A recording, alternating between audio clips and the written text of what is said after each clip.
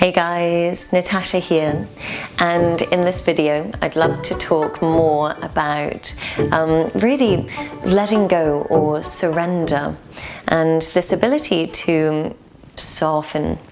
And it comes in so handy in yin yoga, but also in day-to-day life. And I think really what's behind this ability to surrender or let go is the fact, oh, my alarm. And so I think what's behind this ability to surrender or to let go, it's like, I'm just going to let that go, is the very simple sentence, can I be okay with it? And I use this sentence a lot. So, for example, if I'm moving through my day and things aren't going the way that I planned, or potentially I have an expectation that I'm bringing to the moment, and I notice in me that that creates this kind of friction energy and I feel unsettled, then I ask myself, can I just be okay with it? Can I let it be? And normally, it's either a yes or a no. So then you ask yourself, if not now, if it's a no, then when? When can I be okay with it? And this is a technique that I've used for years, and I find that it really helps to essentially bring myself back to a place of surrender, a place of letting go, a place of giving over to what is, to the present moment. And also, interestingly, I've learned that there's two different types of energies that can be influencing our experience. And one is the heat energy of aversion. And aversion is when we are resisting or fighting against what is. We might have aversion to how people are. We might have aversion to aspects of ourselves that are less than favourable, and we also may have aversion to or project our own aversion onto external events, the news, situations, work, and that's one energy that comes and goes. The other one is cool or cold energy, and this is the energy of clinging or grasping or craving. And this cold energy is essentially in all of those moments where we are trying a little too hard to maintain something. So, for example, we have a relationship, but we're scared we'll lose it, so we cling to it.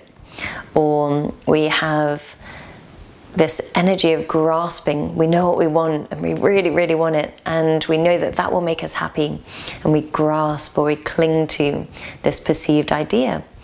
And also greed, the clinging to possessions, the clinging to, the world of form in all of its manifestations. So if you find yourself clinging to or grasping for a sense of more in some way, if you don't feel that there's enough of something in your life, then that's the energy that's more cold. And we can sit with these two energies, the heat energy of aversion and anger and frustration, and the cold energy of clinging and greed and a sense of grasping. And within the experience of sitting with them, we can also ask where they are in the body, and we can feel them as a sensation, perhaps, or as an emotion, a feeling that encompasses our whole body, or is very much the feeling tone behind our experience. And as we learn more and more what we're feeling behind our emotions, then we can sit with the feeling and ask ourselves, can I be okay with it?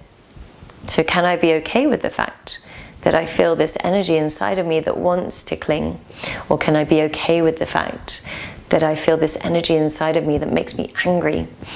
And when we do sit with it, when we hold space for it, essentially holding it so gently, not trying to push it away, reject it, more aversion, or not trying to cling to it or to change it in some way, but rather just holding it very lightly. I say in my classes, holding space is like holding an injured bird or an animal that you want to take care of. You don't want to hurt or interrupt or change or alter the experience it's having. You just want to nurture, and you just want to hold and show your support. This is what we do with our feelings in order for them to feel heard, and something really magical happens when they feel heard. They begin to change. So the experience of holding space for whichever energy we're currently feeling and simply allowing it to be there, embracing it, taking it in, can bring all the change. And it's actually an incredible way of transmuting and transforming without even trying the energy into something else. And I found in my practice that it begins to disperse. The more we acknowledge it and the more we accept it and take it in, it begins to soften and disperse. And this more intelligent force than our own human mind moves through our experience to help with that dispersing of whatever has been stuck or held in our experience. So I hope this helps. If you have any comments about what I've been talking about, and I definitely will carry on talking about this in another video soon, then do comment below. And I also would love to hear your questions. If you have challenge or a struggle at the moment, please write it down, and I'll answer in the best way I possibly can. Any tips or any pieces of information or wisdom that I've collected that I can then pass on. So namaste.